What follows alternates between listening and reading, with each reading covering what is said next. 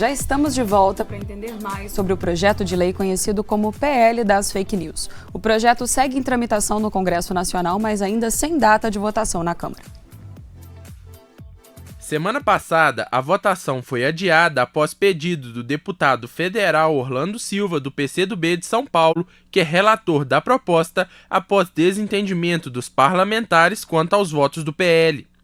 O deputado ainda retirou da proposta, após reunião com integrantes do partido, o texto que previa a criação de uma autarquia especial para fiscalização do cumprimento da lei. No novo projeto, a fiscalização fica a cargo das próprias empresas. Após o adiamento da votação, o ministro do Supremo Tribunal Federal, Alexandre de Moraes, determinou que as empresas Google, Meta, Spotify e Brasil Paralelo removam todos os anúncios e informações com ataques ao texto, como o buscador Google, que exibiu na tela inicial a mensagem "Como o PL 2630 pode piorar a sua internet". A multa imposta foi de R$ 150 mil por hora de descumprimento da medida por anúncio e ainda foi exigido que as empresas apresentassem um relatório sobre a publicidade veiculada e valores investidos. O ministro ainda determinou que a Polícia Federal ouça os presidentes das empresas citadas em até 5 dias. E agora a gente conversa com o Cláudio Santos, que é especialista em direito digital, sobre o chamado PL das Fake News, que tem causado muitas dúvidas. Bom dia, Cláudio, seja muito bem-vindo ao Manhã Diversa. Bom dia, Mari, bom dia, Bárbara. Vamos começar a entender um pouco sobre o direito digital. Quais são os princípios do chamado direito digital? Bom, direito digital é uma área, digamos assim, não consolidada ainda dentro da ciência jurídica, né, se a gente pode falar dessa forma. Porque, na verdade, o direito digital é simplesmente um olhar das outras áreas, só que dentro do ambiente digital. Claro, existem algumas particularidades que são próprias do direito digital. Sim, a gente pode falar de principiologia, talvez ainda com um pouco de cuidado, apesar de ser, né, a gente está falando de um ambiente digital já bastante, né, desde a década de 90, que a gente, quando começou a internet comercial no Brasil, a gente começou, né, estabelecer mais relações, mas na verdade a gente está falando da aplicação do direito já recorrente, direito civil, direito penal, direito eleitoral, direito tributário, para um ambiente digital. Então, assim, as pessoas às vezes costumam pensar, um ambiente digital é uma terra sem lei, ou alguma coisa nesse sentido. Na verdade, não, é o direito já existente que será aplicado a ele. Ok, só que existem algumas particularidades. Então, quando a gente fala de princípios de direito digital, a gente pode falar de proteção de dados pessoais, a gente pode falar da própria liberdade de expressão, é um princípio que vai direcionar o direito digital, a gente pode falar de segurança da informação, a gente pode falar de responsabilização, que é um outro tema também interessante para o que a gente está discutindo em torno desse PL. Então, não existe ainda digamos, um rol de princípios que sejam próprios do direito digital. Porém, né, aqueles que são aplicados a outras áreas do direito também a gente traduz isso para o próprio direito digital. Né? E, Cláudio, qual que é a definição de fake news do ponto de vista jurídico? Bom, essa é uma definição extremamente difícil. Inclusive, muitas pessoas, quando esse PL surgiu, e aí é bom dizer, né, o PL 2630 ele é de 2020, na verdade ele é uma reunião de outros projetos de lei que já existiam anteriormente, e nenhum deles tentou definir exatamente o que é uma fake news. A gente, quando fala de fake news, a gente está falando de algo que hoje o termo está muito associado a questões políticas, e aí eu acho que, se a gente pode dar um primeiro aviso, né, é importante que nesse debate a gente consiga separar um pouco essa temática, essa bipolarização que a gente vive hoje no Brasil em torno da política, tem prejudicado muito o debate jurídico. Inclusive a gente vai ter a oportunidade de falar um pouquinho sobre isso, né, ainda hoje. A gente vai conversar na evolução da nossa conversa aqui, mas a gente não define o que é fake news. Na verdade, a gente pode ter alguns critérios de desinformação. O que a gente pode identificar como desinformação? O que eu quero dizer? Por exemplo, quando você fala fake news, você fala uma notícia falsa. Ok, mas será que simplesmente dizer uma notícia falsa define o que é um processo de desinformação, que é muito mais complexo? Eu posso ter um fato real e uma informação falsa, né? O fato pode ser real, mas a informação que ele traz, que está associada a ele, pode ser falsa. Ainda entra o aspecto também interpretativo de uma determinada mensagem, Exato. Né? Então, assim, não tem como reduzir tudo a um único conceito. Se eu pego um fato antigo, e isso acontece constantemente, né? Eu pego, às vezes, uma notícia antiga e informo como se aquilo fosse um fato atual. Isso é uma fake news. O fato é real, realmente aconteceu, mas dentro de um outro contexto, numa outra época. Então a gente prefere falar sobre desinformação. E aí, mais uma vez, a legislação, em momento algum, ela vai definir o que é desinformação. Ela pode, muitas vezes, estabelecer critérios para a identificação do que poderia ser considerado como uma desinformação. Porque colocar dentro de um texto legal é um risco muito grande. Porque a sociedade muda. A gente, por exemplo, a gente está falando hoje de manipulação de informação escrita, mas daqui a pouco a gente vai ter problema com sintetizadores de voz que reproduzem exatamente a voz de uma determinada pessoa, de produção de imagem. Então hoje isso seria limitado, né? Determinar um único conceito para fake news. Existe um risco muito grande de determinar isso de forma legal. E a legislação ela é estática, né? Então você previu no texto, é aquilo ali. Por mais que você faça algum exercício interpretativo, esse exercício interpretativo ainda assim ele é um pouco limitado. Então é muito perigoso conceituar legalmente determinadas coisas. Então, do ponto de vista jurídico, segue esse movimento. Né? Exato, exato. E esse seria aí talvez um dos principais desafios jurídicos aí nesse combate da disseminação de inverdades, e quais que poderiam aí talvez ser outros possíveis desafios que você poderia citar pra gente? Olha, o grande desafio, que é o que está em torno inclusive do debate do PL 2630, é com relação à garantia da liberdade de expressão. A gente, desde quando o PL entrou na pauta, né, primeiro para ser aprovada a sua votação com urgência, depois para poder ser votado efetivamente, ser aprovado ou não pela Câmara, começou-se um debate, uma guerra contra e a favor do PL 2630. Então a gente conseguia ver nas redes sociais, né, dois posicionamentos muito claros, aqueles que eram a favor e queriam a aprovação imediata do PL 2630 e outros que eram contra. Os que eram contra, justamente, se colocavam dizendo que o PL ele era um PL da censura. Ficou chamado, por essas pessoas, ele foi chamado como PL da censura, como se ele estivesse promovendo a censura. Inclusive, chegou-se ao absurdo de divulgar, inclusive, nós tivemos deputados divulgando isso, de que o PL censuraria versículos da Bíblia. É um absurdo, né? E não vai censurar, né? Ainda mais versículos da Bíblia, né? Que conteúdo que a Bíblia traz, né? Para que ela possa ser censurada, vamos dizer assim, né? Por meio de uma legislação. Então, de maneira alguma, ela propõe isso. Então, talvez o maior desafio hoje, que é um desafio que começa antes mesmo da aprovação da legislação, é justamente equilibrar essa garantia da liberdade de expressão, né? Com o combate, né? Ao processo de desinformação. Esse é o maior desafio. É o único? Não. Né? Por que não é o único desafio? Porque mesmo após equilibrar desinformação e liberdade de expressão, eu preciso combater, né, a desinformação. E como é que eu combato a desinformação? Bom, eu preciso identificar quem é que está disseminando. E aí entra uma outra dificuldade, que é uma dificuldade técnica, porque muitas das vezes essas informações ou desinformações, elas são divulgadas por grupos muito bem organizados. E aí, à distância, né? Você não sabe exatamente quem são essas pessoas, aonde que isso começou. Então é preciso que seja instalado um processo de investigação criterioso, porque você não pode correr o risco de responsabilizar alguém que não teve participação naquilo. A gente tem alguns exemplos, a gente tem um exemplo bastante interessante sobre isso. Começou, uns dias atrás, né, começou a se circular nas redes sociais uma informação de que haveriam ataques nas escolas no dia X de abril, dia 20, alguma coisa, não lembro exatamente qual era a data, né, de abril. E aí a Polícia Federal investigou e encontrou quem é que estava divulgando essas informações. Mas não é sempre que a gente consegue. Então, um outro desafio é você encontrar aonde que essa conversa começou, para que você mine lá no gabinete do ódio, né? Você pegar exatamente a célula que produziu e que veiculou aquela informação. Porque não adianta eu pegar um intermediário, né? A pessoa que replica, a pessoa que compartilha, ela, né, não necessariamente ela vai poder ser responsabilizada e não necessariamente você vai estancar o problema ali. Então é importante ir na fonte. Esse é um outro desafio, você identificar. Às vezes essa célula que produz esse processo de desinformação, ela está fora do Brasil. Então o desafio é você ter cooperação internacional com outros países para combater. Então, assim, existem, além do desafio de equilibrar liberdade de expressão e combate às fake news, combate à desinformação, a gente tem uma série de outros desafios por trás. A legislação, o PL, ele acaba contribuindo muito dentro desse processo. E o pessoal está acompanhando o nosso bate-papo. Marcos Benetelli, nosso telespectador assíduo, está aqui acompanhando o nosso bate-papo. E se você está aí também assistindo o nosso programa e tem alguma dúvida, aproveita o nosso WhatsApp para já mandar sua dúvida, comentário, para ela ser respondida aqui ao vivo. Seguindo então nossa conversa, Cláudio, quais são as principais consequências ainda do ponto de vista jurídico para quem difunde, né, espalha algum tipo de informação falsa?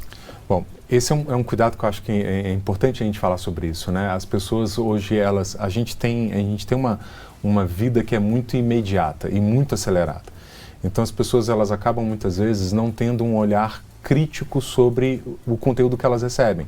Seja através da rede social, seja através de aplicativos de comunicação como o WhatsApp, como o Telegram, né? As pessoas não colocam muito o senso crítico sobre aquela informação e acabam replicando. Um outro exemplo drástico, né? Mais uma vez, no Guarujá, aconteceu agora essa semana, uma pessoa foi linchada porque falaram que ela estava roubando a moto. E aí, populares foram lá, cercaram essa pessoa, lincharam, e essa pessoa veio a falecer. E é a segunda vez que isso acontece exatamente no Guarujá. A primeira vez foi uns anos atrás, em que uma mulher foi acusada de sequestrar crianças para rituais macabros, enfim. E essa mulher foi linchada na rua e acabou falecendo. Ou seja, as pessoas não têm um senso crítico sobre aquele conteúdo. E quando esse conteúdo ele acaba confirmando um posicionamento particular, aí é que eu não tenho senso crítico mesmo nenhum, porque aí, como veio às vezes de uma pessoa que eu conheço, como ela confirma uma opinião que eu tenho, eu não vou analisar criticamente, eu vou simplesmente replicar. Como se a fonte conteúdo. Confiável fosse Exato. de onde veio a mensagem, né? Ah, mas quem mandou foi o parente X e eu confio então, nessa pessoa. Então, assim, as pessoas acabam não pensando nisso. E por não pensarem nisso, acabam contribuindo para uma série às vezes, em alguns casos, inclusive crimes, né? Acabam contribuindo para a prática de crimes, acabam contribuindo para um linchamento virtual de uma determinada pessoa. Existem consequências? Bom, difundir desinformação não é crime. As pessoas pensam muito na responsabilidade penal, né? Ah, se não é crime, então tá tranquilo. Não tá tranquilo, porque eu tenho outros tipos de responsabilidade dentro do direito. Se a pessoa não pode ser responsabilizada penalmente, ela pode vir a ser responsabilizada civilmente, ser condenada a pagar uma indenização por danos morais, por exemplo, ou por danos materiais para aquela pessoa. Se envolve, por exemplo, uma prática eleitoral, isso pode ser responsabilizado dentro da legislação eleitoral. Então, existem outras esferas de responsabilização que não apenas a penal. Claro, a informação era uma acusação de uma pessoa de que ela havia praticado determinado crime. Então, e isso é uma informação falsa. Considerar que essa informação é falsa. Então, você tem aqui o crime de calúnia, né? O crime de calúnia ele pode ser praticado por outras pessoas, ou seja, se eu compartilho aquela notícia falsa, caluniosa de alguém, isso vai ser considerado como um crime? Se eu tiver consciência de que aquela informação é falsa, eu posso ser responsabilizado penalmente também. E a pessoa que foi a responsável por criar essa informação falsa? Essa sim vai ser responsabilizada criminalmente, se aquela informação falsa for caracterizada como um crime de calúnia, sim, difamação ou injúria. Mas eu preciso da intenção para a prática desses crimes, ou seja, a consciência de que eu estou praticando o crime. Quando eu simplesmente compartilho porque eu confiava naquela pessoa e eu achava que aquela informação era real, eu não posso ser responsabilizado criminalmente. Mas isso não quer dizer que eu não possa ser responsabilizado civilmente. Porque você está compactuando. Exatamente, né? Eu estou concordando com aquilo ali, né? Então, o curtir, o compartilhar, são duas ações que são tão comuns, né? E as pessoas às vezes não pensam que aquilo ali pode gerar uma responsabilidade, e a gente já tem precedente judicial que confirma isso. De pessoas que compartilharam e foram condenadas, foram responsabilizadas civilmente, né, por aquele dano. O que às vezes acontece é que a vítima dessa situação, ela não vai atrás de quem compartilhou, porque às vezes o volume é muito grande, né? Então daria muito trabalho. Imagina, você tem uma ação contra centenas de milhares de pessoas que compartilharam aquele conteúdo. Então você vai atrás do autor, né? Você busca a responsabilização dele, o que não quer dizer que você não poderia buscar a responsabilização dos demais, né? Cláudio, quando é uma fake news, entre aspas, inocente, uma fake news no sentido de que não causa dano a ninguém, uma brincadeira, uma piada, nesses casos assim também é só por ser falso, independente de estar causando danos a alguém ou não, também se enquadra nesse sentido ou tem que necessariamente causar dano a alguém? É importante que cause dano, né? Se não causa dano, no máximo você vai talvez ter uma repreensão. A gente passou por um período tenebroso da história da humanidade, que foi o período da pandemia. E durante a pandemia, alguns conteúdos eles foram realmente bloqueados, ainda que fossem inocentes, porque o humor, e eu tenho uma colega no doutorado que ela discute exatamente esse discurso do humor, né, no Brasil, e confrontando com a liberdade de expressão. É muito interessante a pesquisa dela, e o humor, às vezes, ele extrapola um pouco do limite, né? Eu falo que não existe, a gente costuma dizer, não existe liberdade absoluta. Inclusive a liberdade de expressão não é absoluta, né? Eu preciso colocar algum tipo de limite para isso. Então, ainda que não gere, né, um dano, né, ainda que não caracterize um crime, não quer dizer necessariamente que esse processo deve ser mantido, que essa informação deve ser mantida, né? Porque em algum lugar ela vai encontrar alguém que acredita. Falando agora sobre as plataformas digitais, qual a responsabilidade, né, ou qual deveria ser a responsabilização das plataformas digitais em relação a essa disseminação das notícias falsas? Bom, as plataformas digitais, elas têm uma imensa responsabilidade, né? Algumas pesquisas, inclusive de institutos reconhecidos, de universidades reconhecidas no Brasil, apontaram que as plataformas não só muitas vezes divulgam, como promovem determinados conteúdos. Ou seja, o algoritmo meio que está calibrado ali para mostrar determinado conteúdo. E muitas das vezes esses conteúdos eles são conteúdos cheios de fake news, de desinformação. Então, quando a gente vê um projeto de lei que busca aumentar a responsabilidade, e aí eu acho que até dando um passo atrás, aumentar a responsabilidade. Por quê? Porque essa responsabilidade ela já existia. Acompanhando a Manhã Diversa aqui, né, eu vi que foi noticiado ali nos destaques dos noticiários, né, a discussão, a votação no STF, o julgamento no STF do artigo 19 do Marco Civil da Internet. O Marco Civil da Internet, ele já trazia responsabilidade para as plataformas. O que está em julgamento no STF, inclusive, é justamente o artigo, né, que determina uma responsabilização, na verdade ele determina uma não responsabilização das plataformas direta sem uma decisão judicial. Ele vai ser julgado se é constitucional ou não. Mas o Marco Civil da Internet, em outros pontos, ele já responsabilizava as plataformas digitais. Então, assim, não quer dizer que elas não eram responsabilizadas, já existia. O que o atual projeto de lei, esse, né, o PL 2630 faz, é aumentar essa responsabilidade. É o que o próprio nome da legislação diz, né? Liberdade, responsabilidade e transparência. Né? Então, a gente quer trazer uma maior responsabilidade para as plataformas, para que elas combatam esses tipos de conteúdo. E aí a reportagem que vocês fizeram antes, né, explicando o projeto de lei, trazendo exatamente o que ele traz, né, o que ele vai pontuar, o que as plataformas têm responsabilidade, isso é extremamente interessante. Ou seja, eu vou aumentar a responsabilidade. Então, primeiro, cumprir a legislação. As plataformas elas precisam cumprir a legislação. Segundo, elas precisam evitar comportamentos como do Telegram que vocês também mostraram. Evitar esse tipo de comportamento, porque isso confunde o público delas. A gente sabe que a maior parte da população brasileira hoje, ela acaba se informando por meio dessas plataformas digitais, por meio do WhatsApp, por meio do Telegram, por meio do Facebook, e isso acaba, de certa forma, quando eles não favorecem o controle do que é publicado ali, isso acaba favorecendo uma disseminação de desinformação. Então, campanhas educativas que elas podem promover, fazer um maior monitoramento do conteúdo. A gente viu, no caso dos ataques às escolas, que isso já estava circulando antes dos ataques acontecerem. Que medida que elas tomaram? Poxa, elas têm algoritmos, às vezes, para controlar se uma foto tem uma parte nua de uma pessoa, por que não pode ter um algoritmo que talvez faça tipo de controle contra conteúdos neonazistas?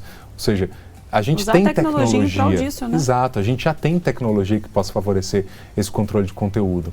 Né? Não existe mais a justificativa, isso teria que ser manual. Não necessariamente isso vai ser manual. Então a gente tem tecnologia, está aí o ChatGPT mostrando para a gente que a gente já tem tecnologia para poder conseguir fazer um controle maior. Então assim elas têm responsabilidade, seja na promoção, avaliar o conteúdo que é monetizado. A gente já teve campanhas no Brasil, Sleep Giants, né, por exemplo, Sleep Giants Brasil fez uma campanha muito interessante com relação a conteúdos racistas, misóginos, né, de fazer com que esses conteúdos fossem derrubados pelas plataformas. Ou seja, elas poderiam ter uma posição um pouco mais proativa. Só que envolve interesse econômico, né? esses canais, essas publicações geram muitos cliques, então há um volume muito grande de dinheiro, vamos dizer assim, né? De dinheiro por trás desses conteúdos. Então as plataformas muitas vezes elas acabam fazendo um corpo meio, né, mole ali para poder seguir essas orientações.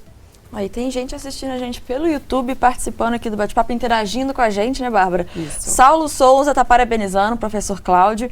E Joab Santos fez um comentário dizendo que acha que quem replica notícia falsa também deveria ser punido para poder aprender. Aí é o comentário que a gente recebeu pelo YouTube. E fica aí o convite para você aí de casa poder enviar, né, as suas participações para a gente também, os seus comentários, as suas observações e as suas perguntas, claro, sobre esse assunto, porque a gente está aí com os canais abertos para você poder conversar com a gente. WhatsApp, YouTube, redes sociais da TV Diversa. E agora uma pergunta que não quer calar, que eu acho que é a pergunta que muita gente está levantando quando a gente fala desse assunto, que é com relação ao ponto que você já disse da liberdade de expressão, né? Que é realmente aí essa corda bamba que muita gente acaba entendendo aí como ponto central desse assunto. E aí, afinal, é possível combater a disseminação de notícias falsas de forma efetiva sem infringir a liberdade de expressão das pessoas? A linha é muito tênue, né? Sim, a linha é muito tênue, é possível, tá? E aí eu vou fazendo só um alerta, né?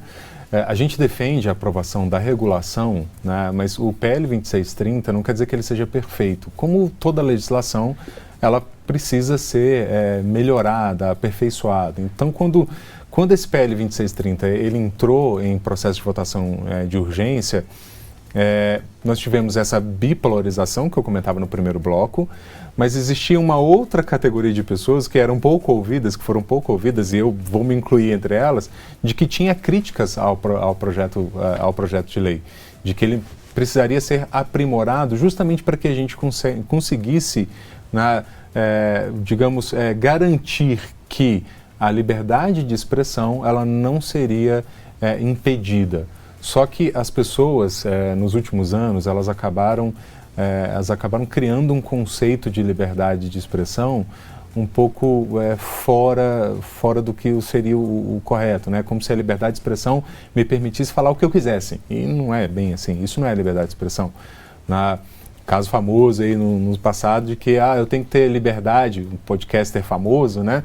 Falou que eu tenho que ter liberdade de dar uma opinião racista. Não, você não tem que ter liberdade de dar uma opinião racista, porque racismo é crime. Não existe liberdade de expressão para defender um crime, uma prática criminosa.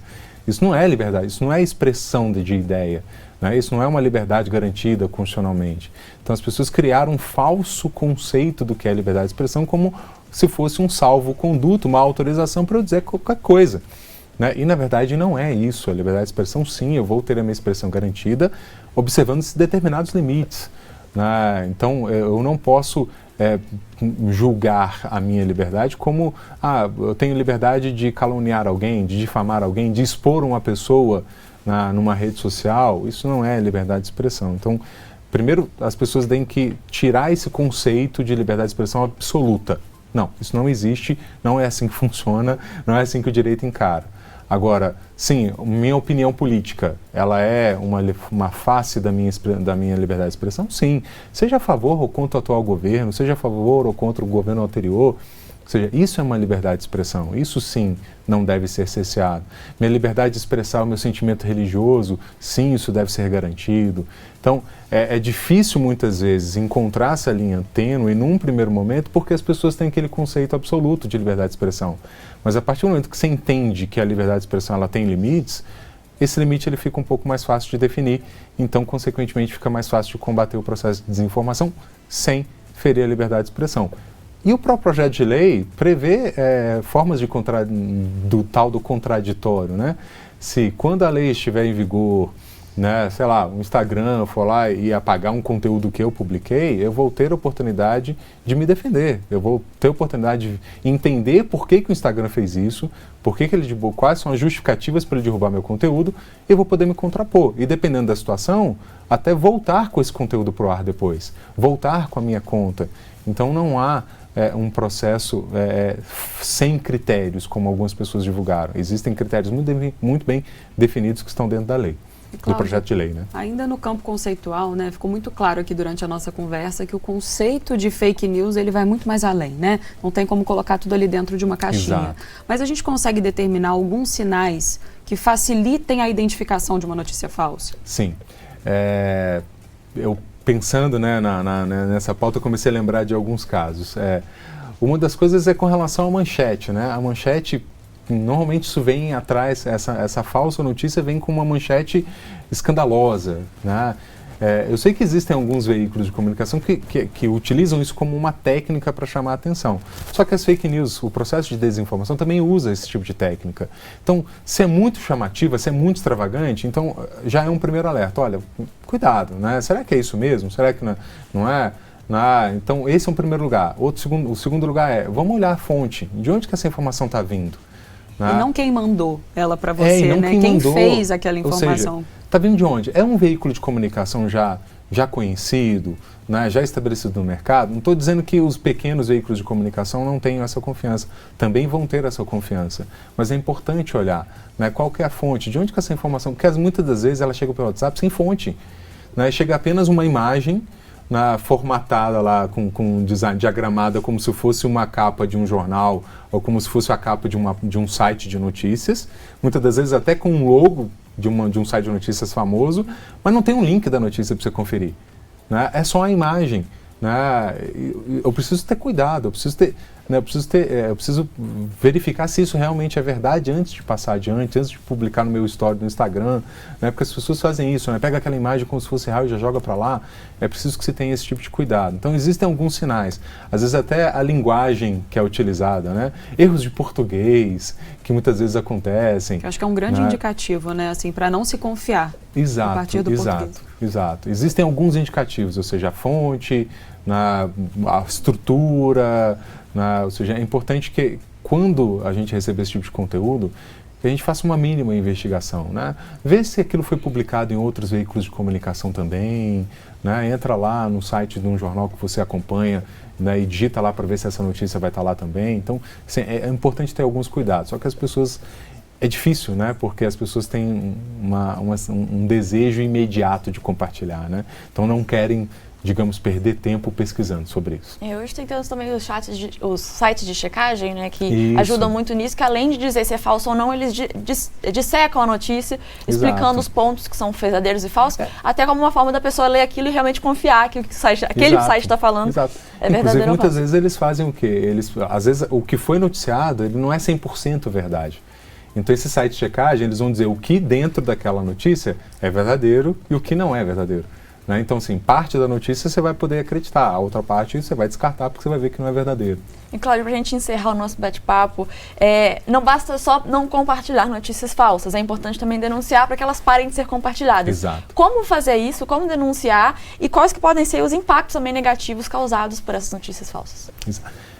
Essa atitude é uma atitude extremamente importante, eu acho que todos nós, né, como usuários, né, de redes sociais, de aplicativos de comunicação, acho que a gente precisa ter essa responsabilidade.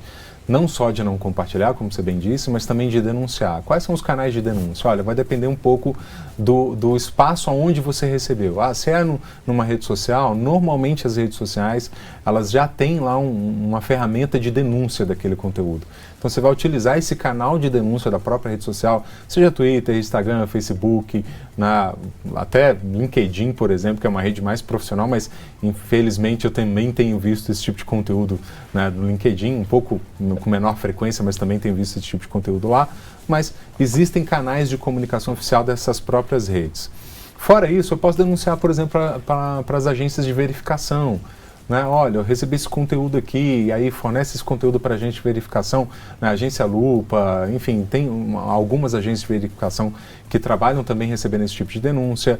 Ou se for algo muito grave, por exemplo, uma denúncia de um crime ou a prática de um crime, isso pode ser denunciado aos próprios órgãos policiais. Então, eu posso, né, denunciar isso à Polícia Civil, ou dependendo da Polícia Federal, Ministério Público, ou seja, eu tenho os canais oficiais, os órgãos oficiais que podem receber essa denúncia.